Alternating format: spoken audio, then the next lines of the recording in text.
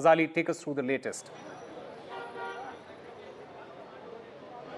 What we are being told is that the hearing is over. The NIA had sought the custody of Tahabur Rana for 20 days, as you rightly pointed out, but the court has reserved its verdict on this, its order on to grant custody to NIA for 20 days. What we can see right now is that the gates of the court may be opened, and we are seeing some kind of movement here by the cops here, and very soon he may come out. But as of now, since the court has reserved its order over the custody for 20 days, which was sought by NIA, so he will we will get to know it later, and we can see that the gates are likely to get opened. And I'll ask my camera person to show you the kind of movement over here. The policemen are coming out from the court.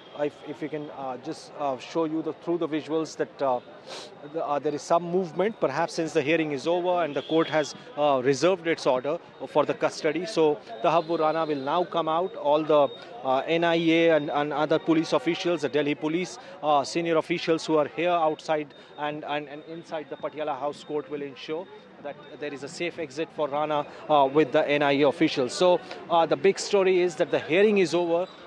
The verdict or the order for the court to decide whether the custody is to be given to NIA or to the police or not, the court has reserved its order, so we'll only get to know it later. You know, as far as the custody duration is concerned, Mohammad Ghazali, you know, the NIA, as we have been mentioning, it has requested for a 20-day custody of Tahabur Rana. What specific reasons did the NIA provide to justify this duration, and what exactly do they hope to achieve during this entire period? See, one clinching evidence which the NIA has shared with the court is the email exchanges between Tahabur Rana and David Coleman Headley.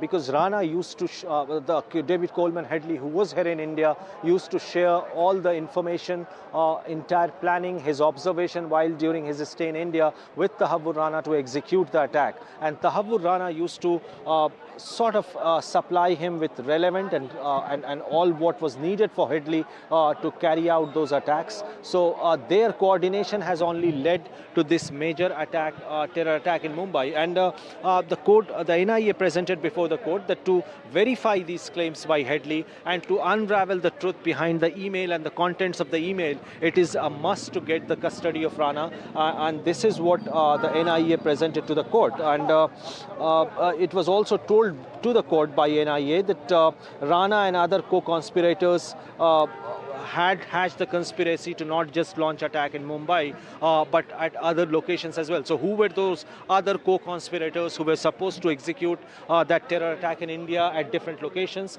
To identify those co-conspirators as well as to identify the locations which are locked for the target is something which NIA wants to know from Rana, and hence the custody of Rana is very critical. These are the arguments which are placed by NIA officials, by the public prosecutor representing NIA to the court. But the judge has reserved, the court has reserved its order related to the custody, and the kind of movement we see here right now, it was all silent while the hearing was going on. As soon as we are being told that the hearing is over, NIA is done with its arguments, and now it is very likely that Rana and other with the NIA officials will be moving out of this court.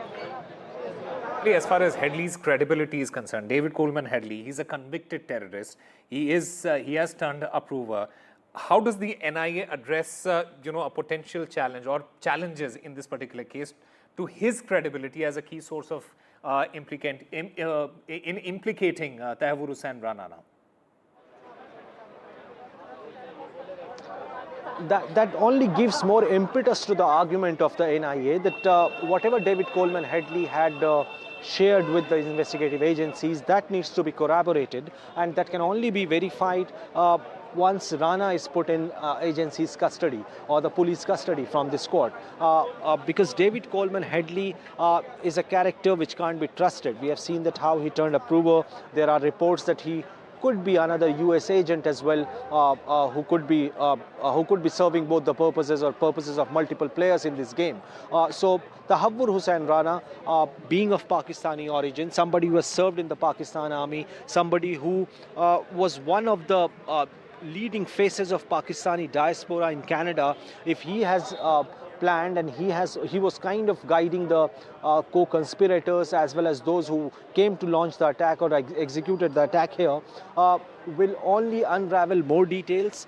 He can give exact details which the Indian agencies could not gather it from Coleman Headley, because he is a US citizen. And getting it from Rana in its own custody, the agencies will be able to gather more details, more links with Pakistan, its army, non-state actors, because there have been multiple names which NIA had also given it to the presented before the court, that how it was not just David Coleman Headley with whom Rana was coordinating or planning the attack, but there were some other names as well, and they could be somebody from the country or somebody from Pakistan. So to unravel all that, to sort of expose all that, and to identify and ascertain the identity of those who are still not on the radar of our agencies, it is very important to get Rana's custody. So this was the kind of argument or the logic being presented by the special public prosecutor who were representing NIA, and court has, after going through multiple documents, the NIA also sort of presented the email exchanges between David Coleman Headley and Tahabur Rana to show that how they have been hatching the conspiracy not just for the Mumbai terror attack, but terror attacks at other locations by engaging other actors as well. So who are those other non-state actors who Tahabur Rana was trying to deploy to engage for carrying out those attacks, and whether it was all being done at the behest of Pakistan, then who within the establishment was aware of all these attacks, who back then when General Pervez Musharraf was the president of Pakistan, how did it all happen, and whether the army, whether the state establishment and other players were aware of this attack. And very surprisingly, this was happening at a time when a very high-level delegation from India had gone to Pakistan for carrying out dialogue, and while they were on Pakistan soil, a terror attack was sort of getting executed here in India, which killed more than 160 people. So this is the kind of argument which NIA had presented before the court, asking for maximum days of custody. The court has reserved its order as per the latest. The hearing has got over. We will very soon get the visuals when the NIA and other senior police officials will be coming out with Tahabur Rana also with them out of the court. Right. Ghazali, the big question is, are there any sort of potential challenges for the NIA? And how is the NIA, addressing those potential defense arguments, such as, Tahabur Hussain Rana might claim that, look, he was unaware of the full extent of the plot. And there is also the point about Headley's reliability as a witness. How is the NIA planning to counter all of that? See, the kind of interrogation which NIA will have it with Rana, and it is not just NIA, there are other agencies who have gathered more details, the ones who were critically not just following Rana's involvement, but involvement of others in the Mumbai terror attack. So all those evidences, all what the other agencies have gathered will be corroborated. It will be cross-verified with Rana. The testimony of Headley will be cross-verified with Rana, and all what sort of matches with both their testimonies will yet again be presented before the court to show his involvement, or to show the kind of extent,